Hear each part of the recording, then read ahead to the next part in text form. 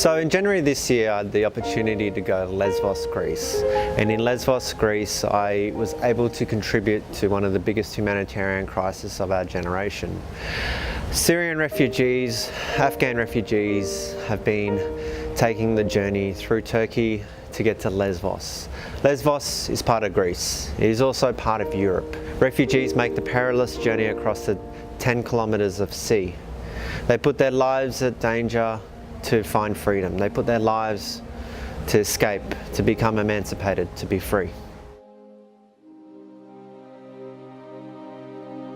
Well, like many people, I'd seen the image of Ireland Cody. I'd seen the drowned infant, and his body was washed up on the beach. And I looked at that image, and being a lifeguard, I know two things. One, where was his life jacket? That said, A, his parents were desperate, or B, it washed off. And then you start thinking about, well, why wouldn't you have a life jacket on?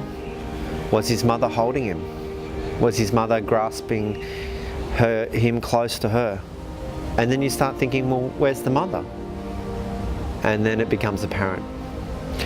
His mother and brother drowned, and he was washed up on shore like they were. And you see that image and you think, that is only one of many. But it was an image that changed the world. It was an image that put it in the consciousness of people. And it was an image that changed me. I said, well, there's a kid drowning, and I have the skills and ability to go help. Why am I not there? One of the moments that stands out, the mother that tried to hand me her baby in the middle of the Aegean Sea because that was her best option in her life. She decided that she wanted to give her baby, our boat was a lot safer. So she offered that baby and said to us, please take care of us. And you look at that baby and we can't actually accept it because of the borders, because of the law that is in place. If I was to accept that baby hand to hand, I'm essentially smuggling that baby across an international border. And, I'm up for prosecution. If you had thrown the baby in the water under the International Convention, we could pluck it out because that life is in distress. The International Convention provides us the opportunity to rescue people in distress. That was one moment. Another moment was, we had this guy, we got to the middle of the Aegean Sea, and we looked as we came around, and he was driving the boat. His face was white. He was absolutely scared. And then we locked eyes as we're coming around. Locking eyes with him and saying, we're here for you.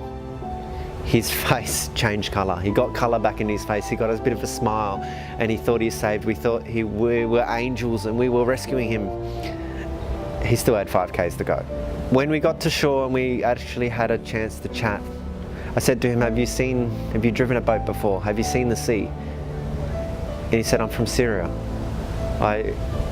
What sea?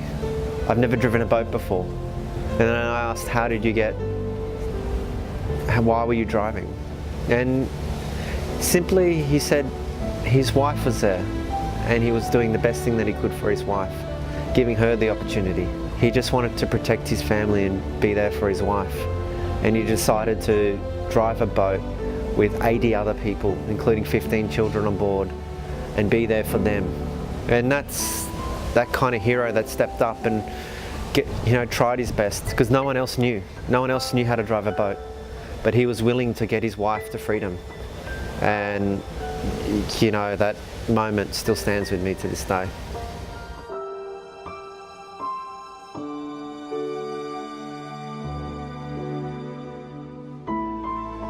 I remember sitting on this beach, I was on patrol, I was doing surf lifesaving, it's the middle of summer, so I'm out on the board rescuing some people, I'm back on the buggy driving, and my sister calls me and goes, you're at $11,000, and I'm at, what's $11,000?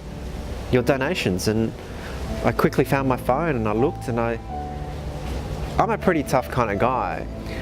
And then the first comment I read was by a young girl who said, I don't know how to better give my Christmas money than to give you $200. God bless you and thank you very much. And here am I crying like a little girl. And here am I, broken by such beautiful words.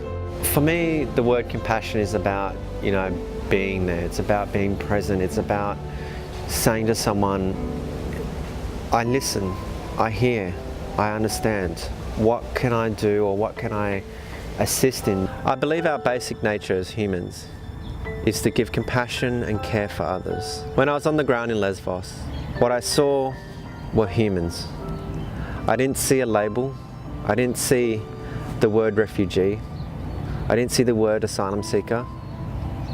What I saw was 2 arms, 2 legs, beating hearts, open eyes in the biggest humanitarian crisis of our generation.